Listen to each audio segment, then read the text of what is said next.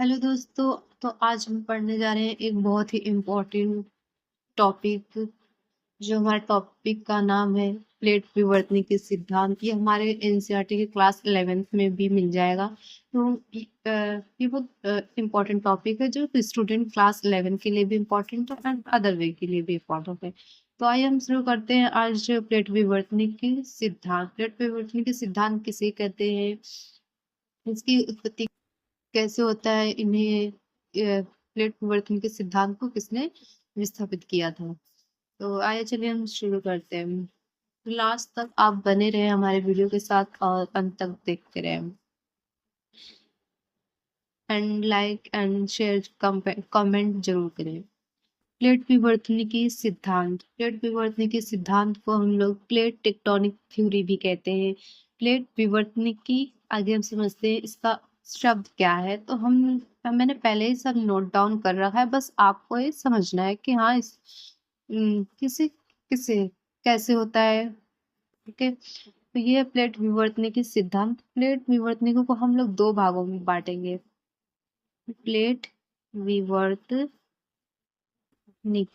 Plate विवर्त plate विवर्तनिकी plate विवर्तनिकी सिद्धांत। Plate विवर्तनिकी को हम लोग दो भागों में बांटते हैं, एक होता है प्लेट और दूसरा होता है विवर्तनिकी।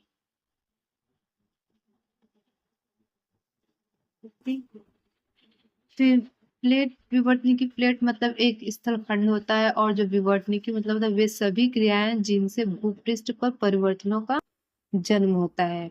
भूपृष्ठ यानी पृथ्वी पर। तो यहाँ पर जगह स्थल खंडों का टुकड़ा, स्थल खंडों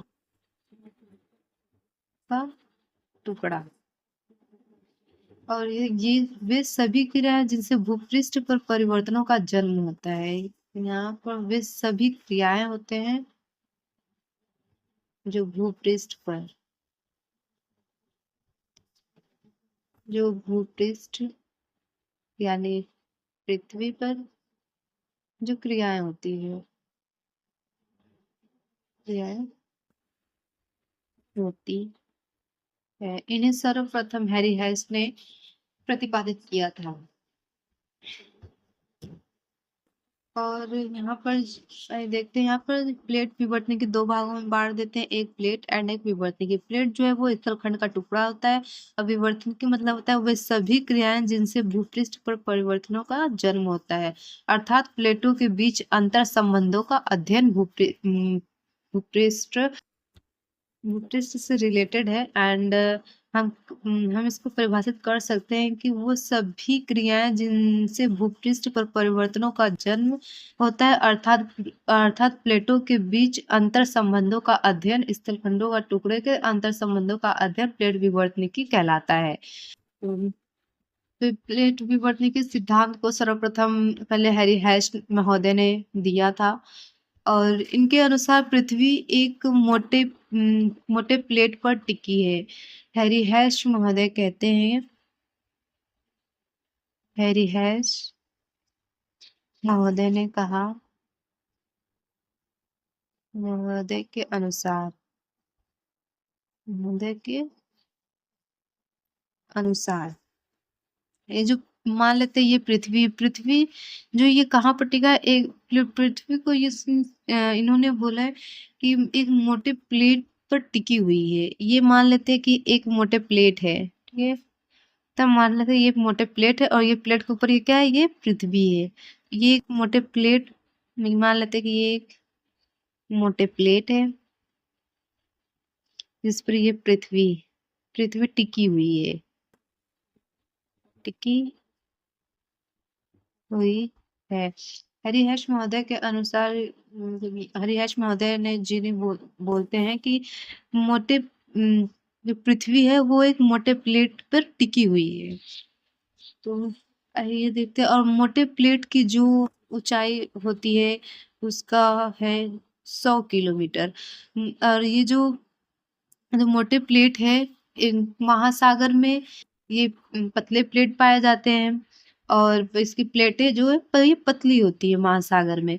और ये जो महाद्वीप है, महाद्वीप में प्लेटें चौड़ी पाई जाती है, यानी मोटी पाई जाती है।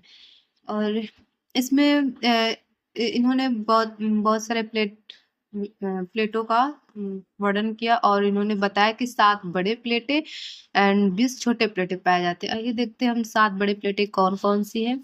तो पहला है उत्तरी अमेरिका प्लेट एंड दूसरा दक्षिणी अमेरिका प्लेट, तीसरा अंटार्कटिका प्लेट, चौथा अफ्रीकन प्लेट, छठवां 5वां है यूरेशियन प्लेट, छठा है इंडो ऑस्ट्रेलियाई प्लेट और 7वां है प्रशांत महासागर प्लेट। छोटी प्लेटें हैं, छोटी प्लेटें जो है वो 20 है, तो हमें छोटी प्लेट इतना इम्पोर्टेंट नहीं आएगा 11th में, पर हमें जानकारी होने की वजह से हमने यहाँ पर कुछ टॉपिक लिख दिए हैं छोटे प्लेटों के। तो हम यहाँ पे देख सकते हैं कि छोटे प्लेटें जो है वो नज़्का प्लेट होता है, कोकेसस होता है और कैरेबियन होता है और बहुत सारे होते हैं, तो हमने यहाँ पे बस 3 ही डिसाइड किए हैं। और फिर यहाँ पर हम प्लेट विवर्तन के सिद्धांत, ये जो इसमें भूकंप की उत्पत्ति आती है, इसमें भूकंप भी उत्पन्न होता है, इसमें ज्वालामुखी का विस्फोट भी होता है और इसमें हम देखते हैं कि भूकंप किस किस में आते हैं। तो भूकंप जो है वो नेपाल, यूरेशिया और इंडो ऑस्ट्रेलियाई के सीमा पर भूकंप आते हैं। उनको भूकंप आते हैं। तो हम देखते हैं कि भूकंप किसे कहते हैं? भूकंप वो है जो जो पृथ्वी के अंदर जो पृथ्वी के सॉरी जो पृथ्वी है वो पृथ्वी के अंदर जो भूपर्पटी पर उत्पन्न कंपन एंड हलचल को आकस्मिक कंपन एंड हलचल को भूकंप कहते हैं। तो यहाँ पर अंटार्कटिका प्लेट जो है इसका एग्जाम्पल एक है अंटार्कटिका प्लेट। अंटार्कटिका प्लेट जो वो किसी भी प्लेट के समीप नहीं है, मतलब ये जो नेपाल, यूरेशिया एंड इंडो ऑस्ट्रेलियाई प्लेट जो भूकंप आते हैं ये किस लिए आते हैं? क्योंकि यहाँ पर प्लेट के समीप ये समीप है, ये मतलब कि प्लेट के पास है, तो इसलिए यहाँ पर भूकंप आते हैं। और अंटार्कटिका प्लेट में भूकंप नहीं आते क्योंकि यहाँ पर प्लेट के समीप नहीं है, यहाँ पर कोई भी प्लेट इसमें नहीं है, तो यहाँ पर भूकंप नहीं आते हैं, यहाँ पर भूकंप नहीं आते। तो आइए देखते हैं हम प्लेटों के प्रकार। प्लेटों के प्रकार 3 है, एक है संरचनात्मक प्लेट, एक विनाशी प्लेट और एक रूपांतरित एंड संरक्षी प्लेट। संरचनात्मक प्लेट को हम कॉन्स्ट्रक्टिव प्लेट भी कहते हैं और विनाशी प्लेट को डिस्ट्रक्टिव प्लेट एंड रूपांतर संरक्षी प्लेट को हम ट्रांसफॉर्म प्लेट भी कहते हैं। संरचनात्मक प्लेट को हम लोग कह सकते हैं, यहाँ पर डिफाइन करते हैं संरचनात्मक प्लेट। संरचनात्मक प्लेट उसे कहते हैं जब ये है ना, जब दो प्लेटों के बीच जब दो प्लेटों एक दूसरे के विपरीत जा रही हो, जब ये एक दूसरे के विपरीत जा रही है तो यहाँ पर होता है एक दूसरे के जब विपरीत जा रहे हैं तो यहाँ पे अपसारी होता है, इसे हम अपसारी बोलते हैं। और एक दूसरे के पास आ रही है तो अभिसारी बोलते हैं और एक दूसरे के समानांतर चलती है तो उसे संरक्षी प्लेट बोलते हैं। भाई हम डिफाइन करते हैं संरचनात्मक प्लेट जो है जिससे इसे अपसारी प्लेट भी कहते हैं, अपसारी प्लेट, अपसारी प्लेट भी कहते हैं। ये जो प्लेट है एक दूसरे प्लेट की ये विपरीत चल रही हैं, एक दूसरे के विपरीत चल रही हैं, तो इसे हम बोलते हैं अपसारी प्लेट, से हम बोलते हैं अपसारी प्लेट। और दूसरा हम देखते हैं विनाशी प्लेट। ये जो है विनाशी प्लेट, इसे विनाशी प्लेट विनाशी प्लेट को हम लोग अभिसारी प्लेट भी कहते हैं, अभिसारी प्लेट भी कहते हैं। यहाँ पर हम 2 प्लेट बनाते हैं, प्लेट जो है वो एक दूसरे के पास आ रही है, एक दूसरे के पास जब ये आएंगी तो यहाँ पर ये टकराव उत्पन्न होगा। टकराव उत्पन्न होने की वजह से यहाँ पर दरारें उत्पन्न होंगी, हलचल होगी, यहाँ पे भूकंप आएगी और ज्वालामुखी का विस्फोट होगा। इसीलिए इसे कहते हैं विनाशकारी प्लेट, विनाशकारी प्लेट, इसीलिए कहते हैं विनाशकारी प्लेट। और फिर यहाँ पर ये जब हम इसे डिफिनेशन करेंगे कि अभिसारी प्लेट सीमा अभिसारी प्लेट किसे कहते हैं, तो बोलेंगे कि जब दो प्लेटें एक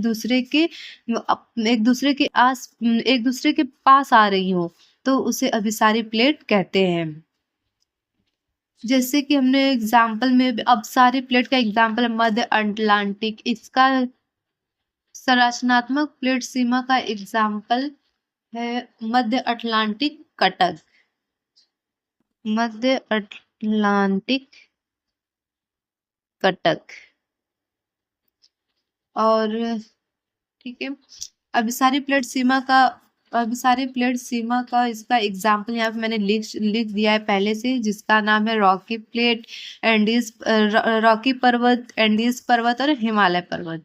तो हम यहाँ पर अभिसारी प्लेट सीमा करेंगे रॉकी प्लेट और हिमाचल पर्वत। तो ये हमारा एग्जाम्पल है अभिसारी प्लेट सीमा का।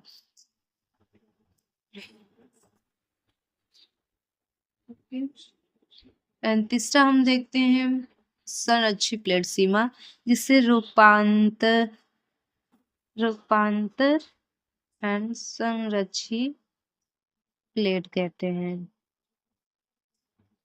संरक्षी प्लेट इसका परिभाषा बोलते हैं कि जब दो प्लेटें एक दूसरे के विपरीत जा रही हो, एक दूसरे के ये क्या कर रही है, विपरीत जा रही है, इसमें घर्षण उत्पन्न होता है, इसमें जो घर्षण उत्पन्न होता है और एक दूसरे के विपरीत जा रही हो, एक दूसरे के समानांतर जा रही है और इसे बोलते हैं समानांतर,